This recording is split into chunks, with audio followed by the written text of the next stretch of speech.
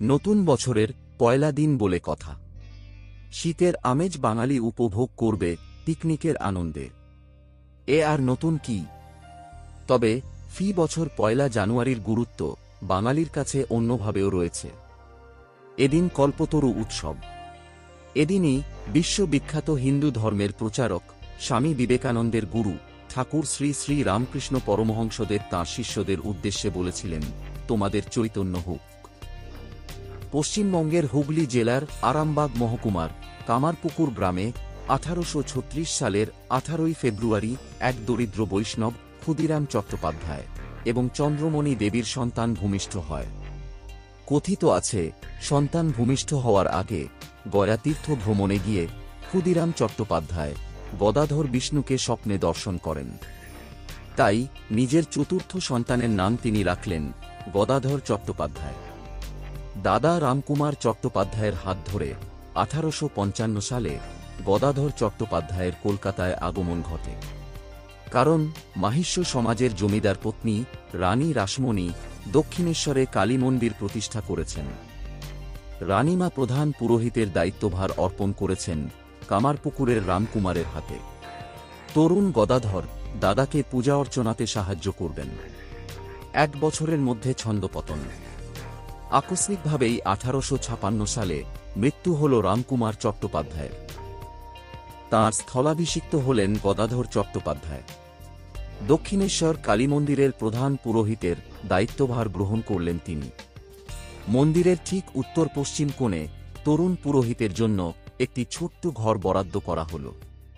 শোনা যায়, এরপরেই রানী রাসমণির জামাতা মথুর বাবু গদাধর চট্টোপাধ্যায়ের নামকরণ রামকৃষ্ণ করেন। তবে এ নিয়ে বিভিন্ন মত রয়েছে। কেউ কেউ বলেন যে তাঁর এই নামকরণ করেন ঠাকুরের অন্যতম গুরু তোতাপুরী। প্রথাগত শিক্ষা তাঁর কিছুই ছিল না সেভাবে, কিন্তু মুখে মুখে বলে দিতেন হিন্দু শাস্ত্রের সমস্ত গুরুতত্ত্ব অতি সরল ভাষায়, একেবারে গল্পের ছলে। এজন্য তাঁকে গল্পের রাজাও বলা হয়। পরবর্তীকালে তাঁর এই বাণী সংকলিত হয় কথামৃত নামক গ্রন্থে। এর মধ্যে ঠাকুরের বিবাহ সম্পন্ন হয় কামারপুকুরের 3 মাইল উত্তর পশ্চিমে জয়রামবাটি গ্রামের রামচন্দ্র মুখোপাধ্যায়ের কন্যা সারদা দেবীর সঙ্গে। সেটা 1859 সালে। এতদিনে বঙ্গীয় শিক্ষিত সমাজ তাকে গুরুর আসনে বসিয়ে ফেলেছে।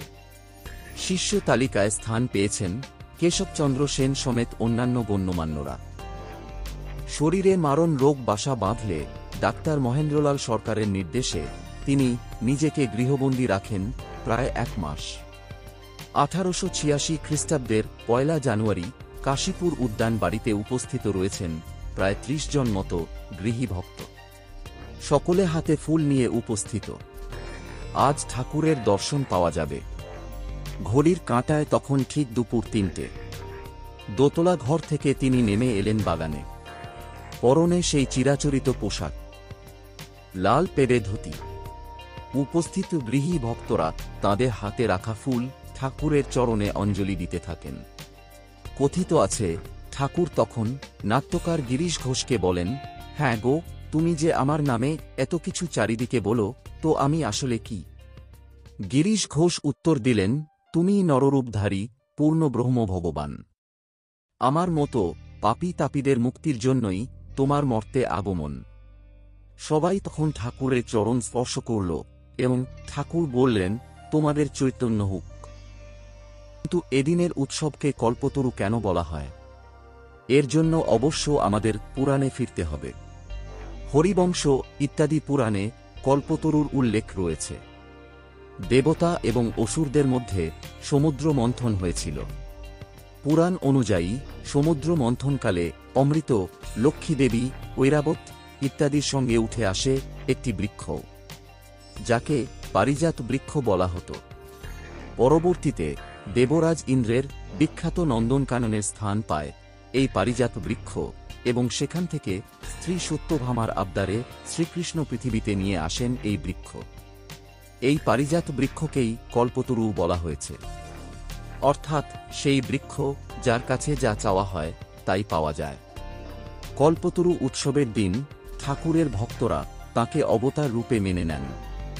কথিত আছে সেদিন উপস্থিত সমস্ত ভক্তের মনোবাঞ্ছা ঠাকুরের কৃপায় পূরণ হয়েছিল।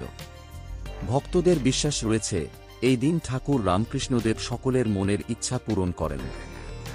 এরকম আরও আপডেট পেতে হলে এই চ্যানেলটিকে সাবস্ক্রাইব করে দিন এবং ভিডিওটি ভালো লাগলে লাইক ও শেয়ার করে দিন।